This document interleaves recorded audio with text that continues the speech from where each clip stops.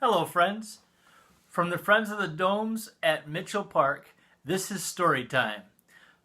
And I'm Mr. Pete. You know, nature is full of mystery. There are so many things that we don't know about it, and there's lots of clues to try to figure things out.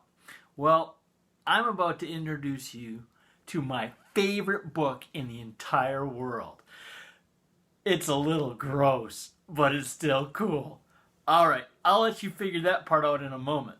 This is my favorite book, The Story of the Little Mole Who Went in Search of Whodunit by Werner Holzwarth and Wolf Erlbruch. That's right, whodunit. Who done what? Well, we can look at the picture, but we'll figure out what's going on in just a moment. Here we go.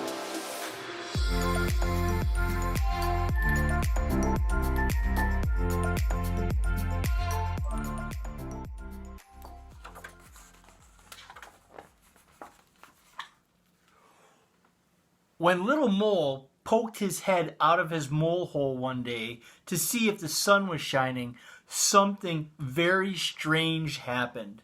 It was long and brown and looked a little bit like a hot dog. Worst of all, it landed right on Little Mole's head. "Who dared to drop that on my head?" shouted Little Mole angrily. But being nearsighted, he couldn't see who done it. Right on top of his head. Ew. Little Mole asked a pigeon who was just flying by, "Did you do this on my head?" "Me?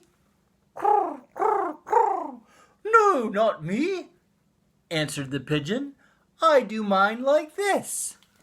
Splattery splosh! A wet white blotch landed right beside Little Mole, splattering his right leg. Ooh! Then Little Mole asked a horse who was grazing in the field, "Did you do this on my head?" "Me? No," the horse answered. "I do mine like this. Bump, thud, thud, thud, thump. 5 big fat horse droppings thundered down, just missing Little Mole. Woo! Then Little Mole asked a hare who was happily munching a carrot, "Did you do this on my head?" "Me? No, not me," said the hare. "I do mine like this. Rat-a-tat-tam! 15 beans started flying. Little Mole barely got out of the way. Ho, ho, ho. Look at those things. Wow!" Then Little Mole asked a goat who was daydreaming, "Did you do this on my head?" "Me?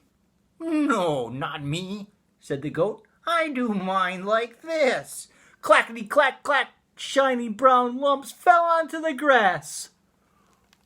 Little Mole thought they looked a lot like his favorite caramels. Then Little Mole asked a cow who was chewing her cud, "Did you do this on my head?" "Me? No, certainly not me," said the cow. "I do mine like this." Swash! Dup, dup, a big flat cow pie splashed onto the ground. Little Mole was glad that it wasn't the cow who done it on his head. Whoa! Then Little Mole asked a fat pink pig, "Did you do this on my head?" Look at, he's sticking his finger right in his nose. Wow. "Me? No, not me," answered the pig. "I do mine like this." Splodgety splodge, a soft, brown, smelly heap landed at his feet. Pee-you! Little Mole had to hold his nose. Ugh.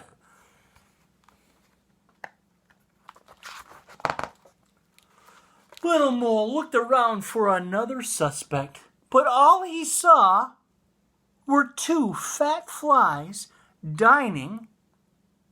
At long last, Little Mole thought, I bet they can help me. Can you tell me who did this on my head? Asked Little Mole.